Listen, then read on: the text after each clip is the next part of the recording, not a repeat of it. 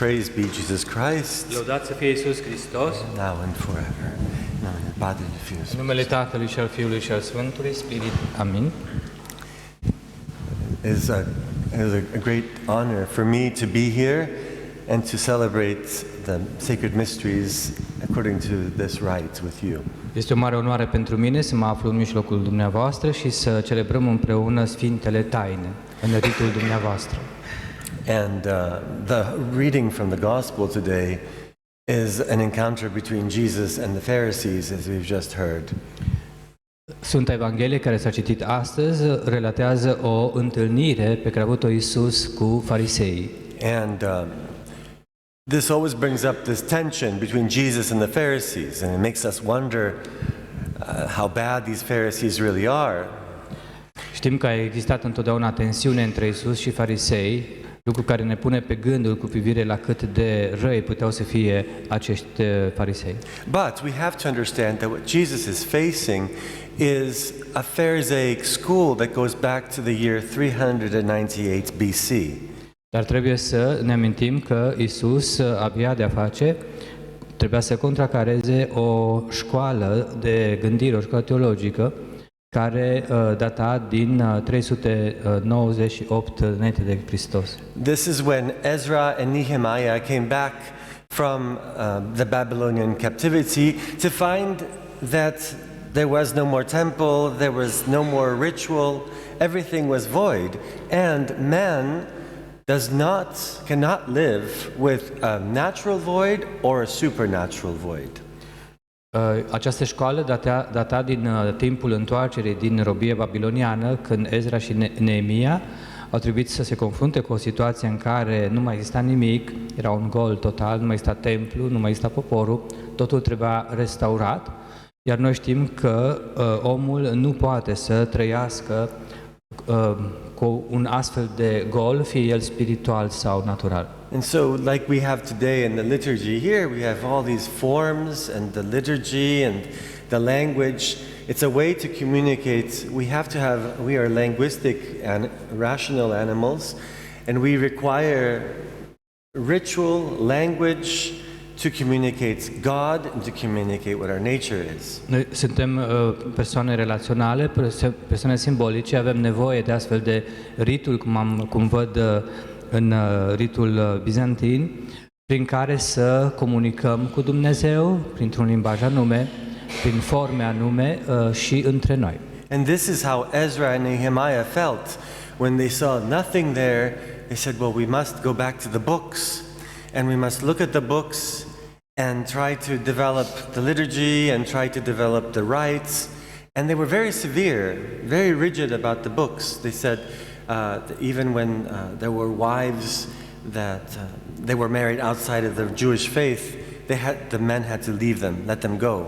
It was very rigid. Ezra și Neemia, când s-au întors, au trebuit să restaureze complet ritul și pentru aceasta s-au întors la carte, la Sfânta Scriptură, și cu o rigiditate foarte severă au încercat să aplice ceea ce au găsit în carte.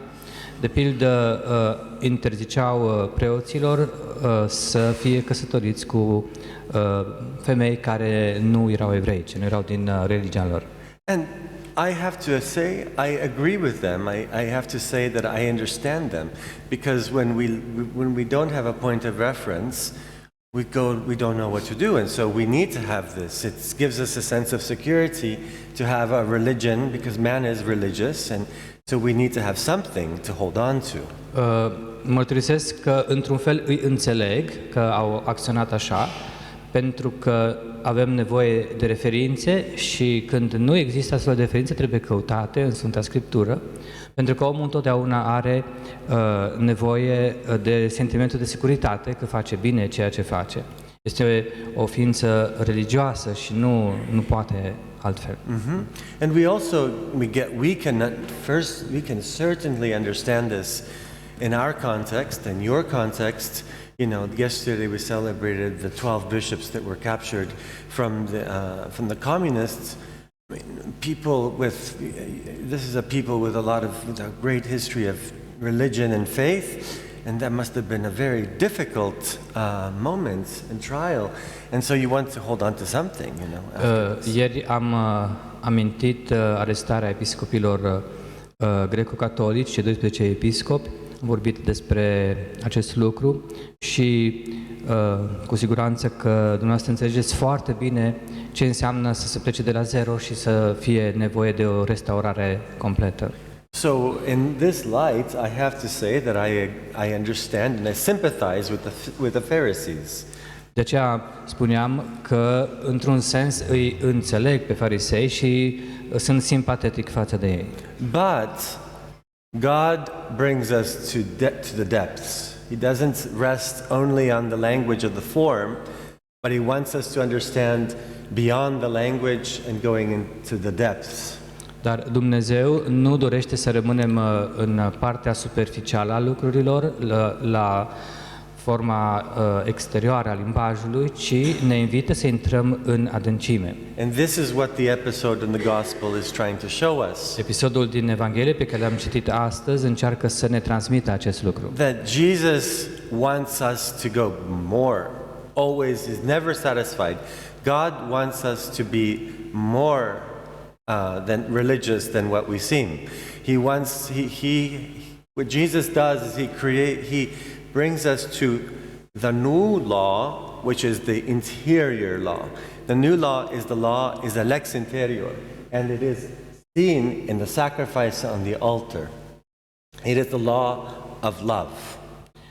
Domnul Iisus, tocmai lucrul acesta insista în fața fariseilor că Tatăl dorește de la ei și de la orice credincios să pătrundă mai în adânc, adică mai în interior, să fim oameni cu adevărat religioși, întotdeauna mai apropiați de El, mai religioși, lucru care se vede în sacrificiul pe care El l-a oferit pentru noi pe cruce. And these sacrifices must be interior sacrifices as well as exterior sacrifices, both. You have to show you give your sacrifice, but you also have to have the intention to give that sacrifice. Sacrificiul lui Hristos nu a fost un simplu sacrificiu exterior, a fost și unul și în principal unul interior, și Domnul ne invită și pe noi ca în riturile noastre, în tot ceea ce facem în viața religioasă, să existe întotdeauna atât partea interioară cât și cea exterioară a religiei. And that is evinced especially with the Beatitudes which we sang today. Am văzut lucrul acesta și în cântarea fericirilor în această dimineață. It shows us that the law is not just the commandments, but it's also the Beatitudes, which is about the interiority of our lives. Unde am văzut că legea nu se referă doar la partea exterioară, ci ne invită la a interioriza relația cu Dumnezeu, la viața noastră interioară. And what's beautiful about the faith, in the Christian Catholic faith, is that we don't believe in out. We believe in et with a hierarchy. This is a very important theological principle, that we believe to have both and hierarchically, so principled, not just either or. And today we see in our society and in our church as well, in different contexts, where people say, oh, you're too liturgical, it's what's in the heart that matters. I say both the liturgy and what's in your heart is what matters. O parte importantă din ceea ce constă frumusețea Bisericii Catolice, a credinței creștine în general, este acest principiu potrivit căruia în biserică avem întotdeauna și nu avem sau, cum regăsim în alte comunități creștine. Putem găsi, de exemplu, persoane care astăzi acuză pe unii sau pe alții că sunt prea liturgici, că sunt prea înclinați înspre forme și înspre rit. And also we live in a society right now where dar în Biserica Catolică avem ambele, și forma și interiorul religiei. we have to understand that the liturgy is a language. and a language that needs to be used like any other language. It can be words that mean nothing to us or words that mean everything to us. Trebuie să înțelegem că liturghia este formată din forme și din limbaj. Nu întotdeauna înțelegem limbajul acesta, uneori se poate întâmpla să nu ne spună nimic. And we also live in a society right now where rationality, language, thought are put aside, and emotivism, Alistair McIntyre emphasizes this, emotivism, emotionalism, sentiment, that's the thing that puts above everything. And well, the church doesn't teach that. The Logos, Christ is the Logos, and he teaches us not against sentiments, of course, but you have to elevate the sentiments higher. And that is our role, I think, to always cast out into the depths. În vremurile noastre trăim o perioadă cumva post-rațională în care tot ceea ce ține de rațiune, de intelect, este lăsat cumva deoparte și ni se spune că ceea ce contează este interiorul și prin interior să înțelege emotivitatea, afectivitatea umană. Dar în Biserica Catolică, și cred că acesta este cumva rolul nostru, mai ales a preoților, este să recuperăm ambele, integritatea omului, ambele părți. And this is very important because if you don't have a language, a common language, if you don't have a rationalized way of thinking about things, you end up creating a situation where people are just about their feelings, and they're just, this one does it this way, that one does it that way, and nobody then talks to each other. So the fact of having a liturgy, the fact of having a common language, a common theology, a common culture, helps us to live together, to have a society, to have what Bishop Ray was talking about yesterday, to have not only charity, but hope.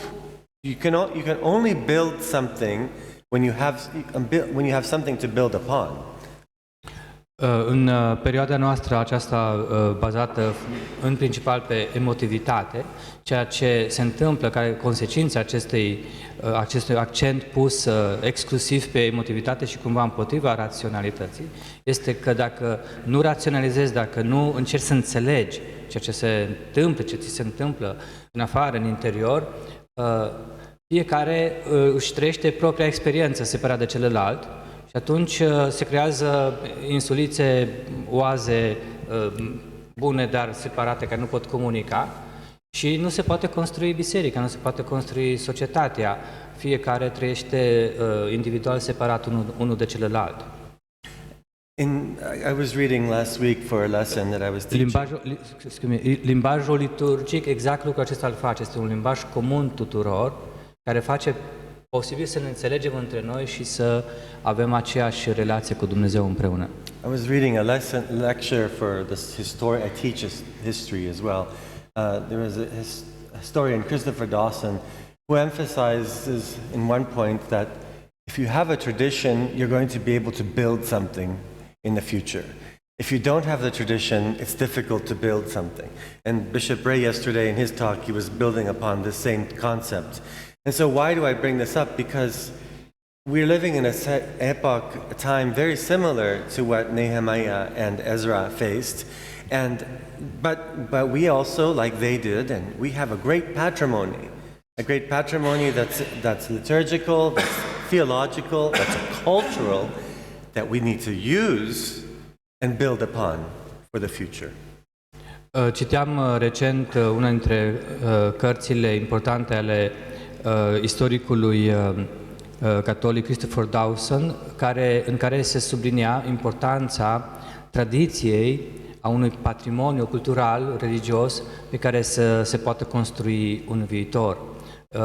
Ieri Monsinul Ray chiar lucrul acesta îl sublinia, că nu putem să avem o speranță dacă nu clădim pe ceva ce ni s-a transmis deja, pe un patrimoniu, pe o tradiție primită din spate. So I cannot encourage you enough to delve into your history, your culture, and to build upon that, and Yeah, and that will, I think, in many ways bring you much happiness. Vă încurajez și încerc să fac cât pot de mult să aprofundați propria dumneavoastră tradiție, propriul patrimoniu și să construiți pe acest patrimoniu primit de la predecesorii dumneavoastră. And one last comment, it's important to understand that we have to be trying to rebuild Christian civilization. Este important să înțelegem și să încercăm să reconstruim civilizația creștină. And Benedict XVI emphasized that this can only happen, tends to happen, cannot only happen, but it tends to happen with creative minorities. Papa Benedict sublinia că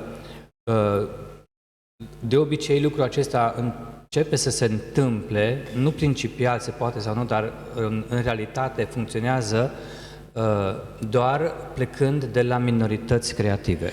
Yes, we must not be overwhelmed by the culture around the secular culture. Nu trebuie să ne lăsăm copleșiți de cultura ambientului, de cultura seculară a vremii. Yeah, there's a book that I read by a professor from Australia, Keith Winchell, that emphasized that when you kill the history, you kill the civilization. And what he did is he showed how all of the killing of our history was done in universities over the last 70-80 years. Am citit recent o carte a unui autor australian care arăta cum în ultimii 60-70 de ani a fost ucisă istoria, a fost distrusă memoria și fără această memorie, fără această istorie, nu poți să ai cultură și civilizație. And it was basically creative minorities who were opposed to Christianity who did this. Cine a făcut lucrul acesta, această distrugere a culturii și a istoriei, au fost chiar de partea cealaltă, nu, tot niște minorități creative, nu au fost masele. And so our response has to be that we are also a creative minority. Răspunsul nostru trebuie să fie că și noi suntem o altă minoritate creativă. And on top of that, we have God on our side. Dar îl avem și pe Dumnezeu de partea noastră. So we have nothing to worry about. We have all to hope for. Nu trebuie să ne lăsăm copleșiți de frică și de îngrijorare, ci să fim plini de speranță. Praise be Jesus Christ. Lăudați să fie Iisus Hristos.